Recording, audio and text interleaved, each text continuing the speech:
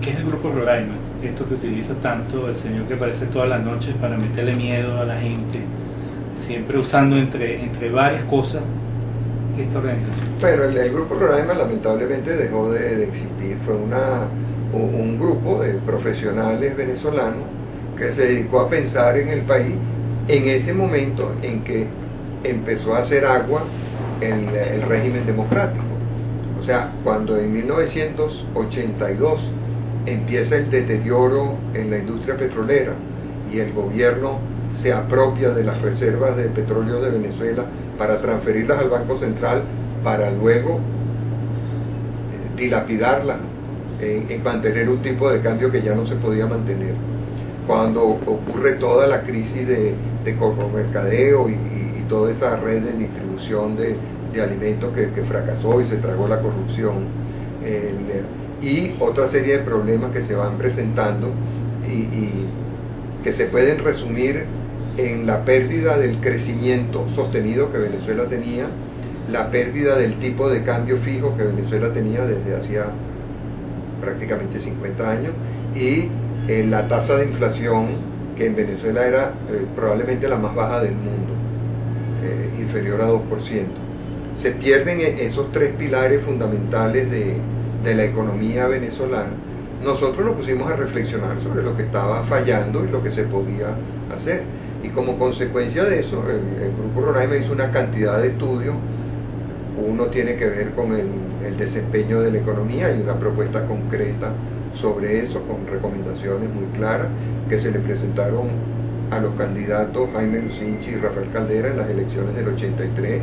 Se le presentó también al gobierno del presidente Herrera a través del ministro del Interior, que era Luciano Valero.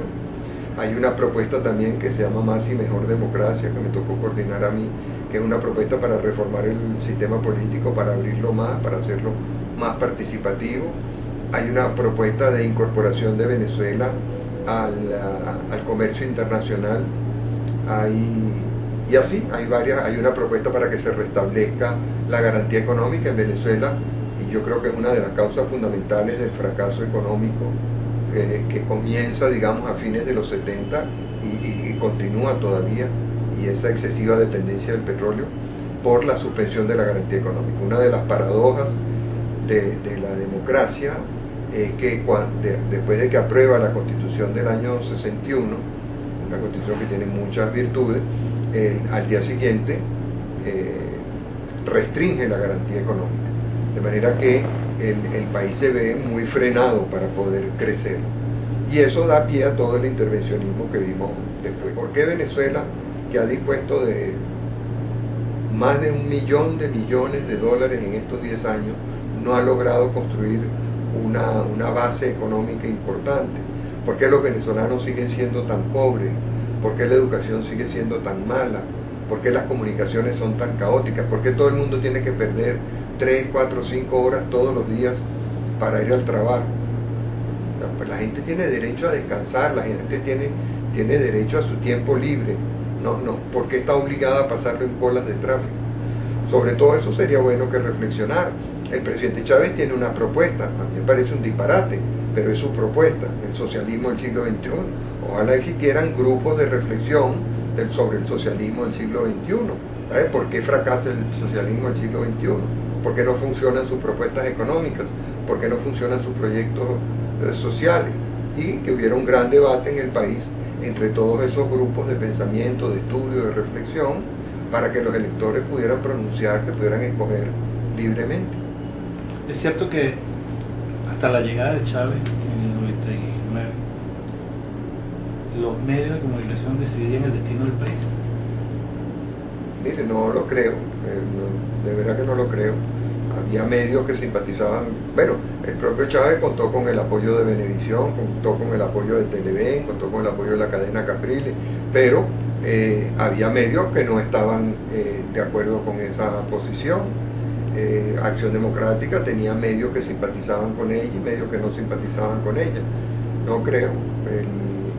Los medios pueden ejercer una influencia en la medida en que las opiniones que traigan, las informaciones que traigan sean consideradas relevantes, pero eso tiene que ver con el trabajo profesional, no con ningún proyecto político que haya por detrás. Entonces, a propósito de esto, ¿cuál es su opinión de lo que está haciendo este gobierno con el Sistema Nacional de Medios Públicos? Hemos convivido con prensa oficialista desde muchos años, pero Sí. esto que ocurre ahora. Bueno, está ocurriendo, eso tiene varias lecturas.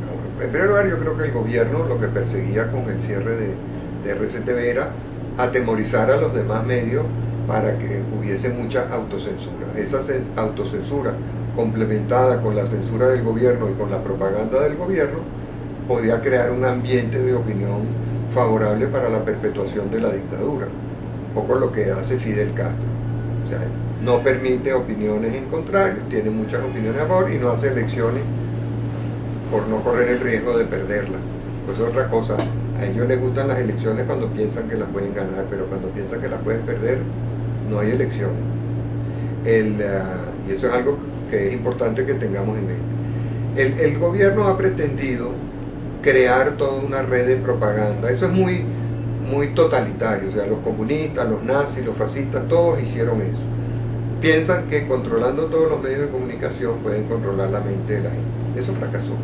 Los comunistas, mucho más inteligentes y con mucho más recursos intelectuales y materiales que Chávez o que Fidel Castro, no pudieron implantar su modelo. Fracasó y se derrumbó el comunismo. A los nazis les pasó lo mismo. A los del apartheid en Sudáfrica les pasó lo mismo. A los fascistas les pasó lo mismo. La mente humana quiere libertad.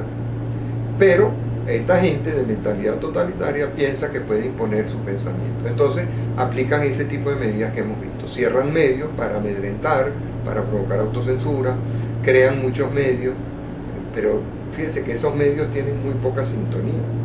A pesar de todo lo que ellos han hecho, esos medios tienen muy poca sintonía. Cuando el presidente aparece. Y cuando no aparece también tienen poca sintonía. O sea, Chávez logra que lo vean porque hace cadena.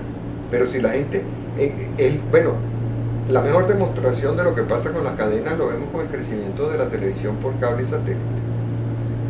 Hace 10 años no llegaban ni a 20% de penetración. Hoy en día ya superan el 70%. Hace 10 años la televisión abierta dominaba claramente. Hoy en día la televisión por cable y satélite tiene una porción de sintonía más grande.